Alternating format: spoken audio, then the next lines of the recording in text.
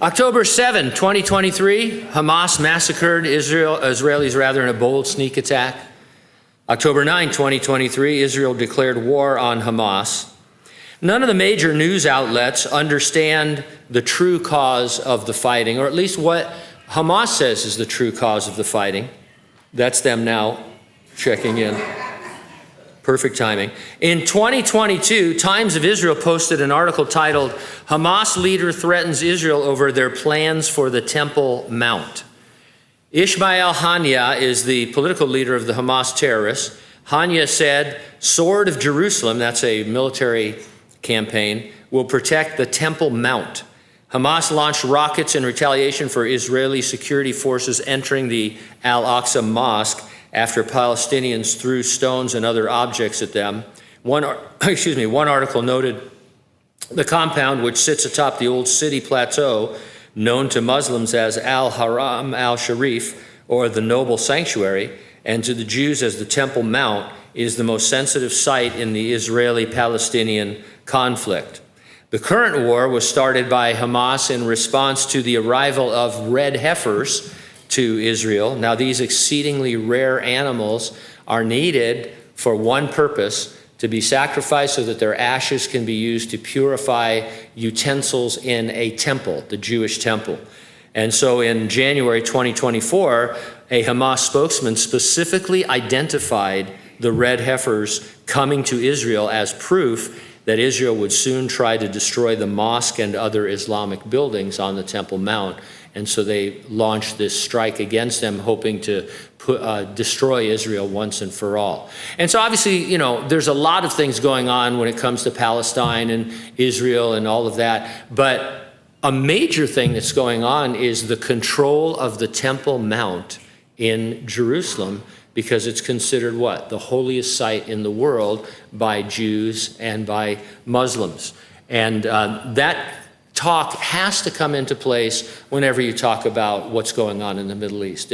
To ignore that is to ignore something that is huge. There has to be, and it could be, we used to speculate, and we still do, that, obviously, maybe the Jews don't have to blow up the Al-Aqsa complex, because the Antichrist will come and he will figure a way to work all of that out. And in fact, there are at least 3 other locations where the temple could be built based on scientific research and archaeology. But still, our point this morning is that the Temple Mount is always being mentioned by the locals who are involved in the war. Now, we find this more than interesting because a temple will exist in Jerusalem during the Great Tribulation. That's the prediction, that's the prophecy. A critical moment in the tribulation must happen in the holy place of a rebuilt temple. And so whatever's going on there, we know there will be a temple. Daniel prophesied about that temple in the 6th century BC. So 600 years before the coming of Christ, he said there would be a tribulation temple. Jesus acknowledged Daniel's prophecy in the 1st century AD. A lot of scholars and critics, they like to say, Daniel wasn't written by Daniel. It wasn't written when it said it was written later. But then Jesus in the New Testament gave it credibility. He believed Daniel was written in the 6th century and that Daniel was a prophet.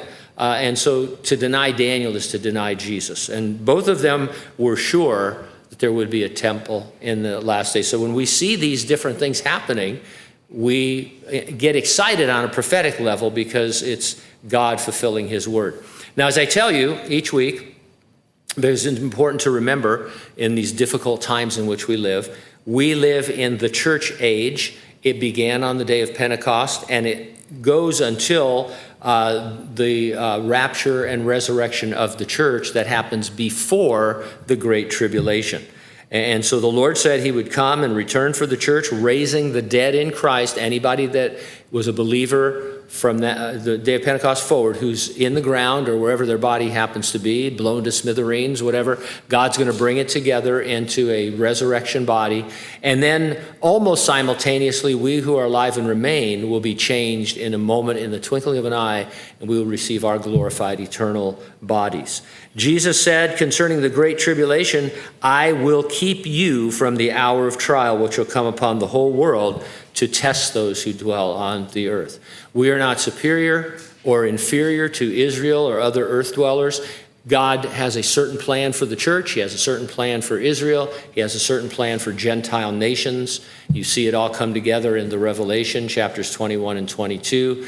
But we are not going to be here for the Great Tribulation. A lot of people are reverting to a belief that we are. We'll talk about that a little bit this morning in our study. That event, the resurrection and rapture, is always presented as imminent, meaning there's nothing that needs to happen before it happens. There's no other sign. There's no other thing that needs to be fulfilled before Jesus can come for us. And so we best be ready. And if not, get ready, stay ready, and keep looking up, because ready or not, Jesus is coming.